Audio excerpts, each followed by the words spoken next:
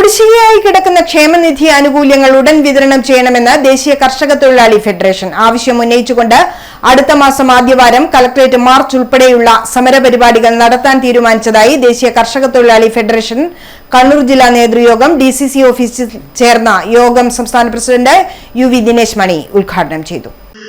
1000 കോടിയിലധികം രൂപ ഗവൺമെന്റ് കൈവശം അധികമായി വന്നിട്ടുണ്ട്.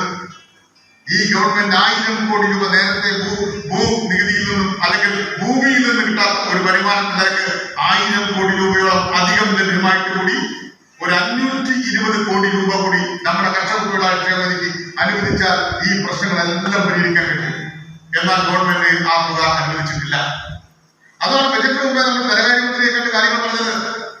കാരണം ഈ രണ്ട് മേഖലയിലൂടെ സംസ്ഥാന ഗവൺമെന്റ് ബജറ്റിലേക്ക് റവന്യൂവിലേക്ക് ഇത്രയും തുക വന്ന സ്ഥിതിക്ക് നിങ്ങൾ ഒരു 500 കോടി രൂപ കർഷക തൊഴിലാളി ക്ഷേമനിധിക്ക് അധികമായി അല്ലെങ്കിൽ അനുവദിക്കണം, ഈ ബജറ്റ് നീക്കിവെക്കണമെന്ന് ആവശ്യപ്പെട്ടത് ഒരു നയാ പൈസ ഗവൺമെന്റ് നീക്കിവെച്ചിട്ടില്ല.